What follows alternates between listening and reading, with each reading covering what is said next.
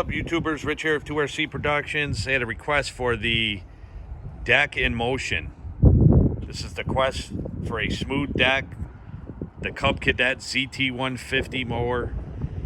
Those of you that follow the channel know that I've been working on this, and the last move was the mulch kit and a shorter belt by 2 inches. And you could see in the video I had a couple requests to see the deck vibration as it sits.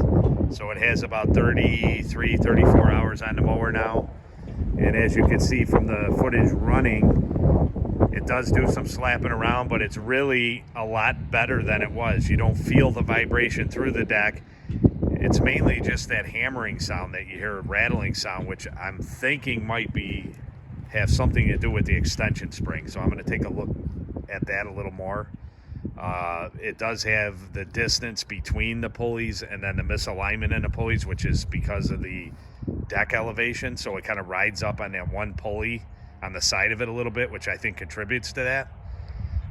It's definitely better, and it seems like when you first start it and you first start mowing, you hear that hammering more, and then as it warms up or it runs for a while or builds up with grass or whatever, it gets pretty smooth, and at certain points you can't hear it at all.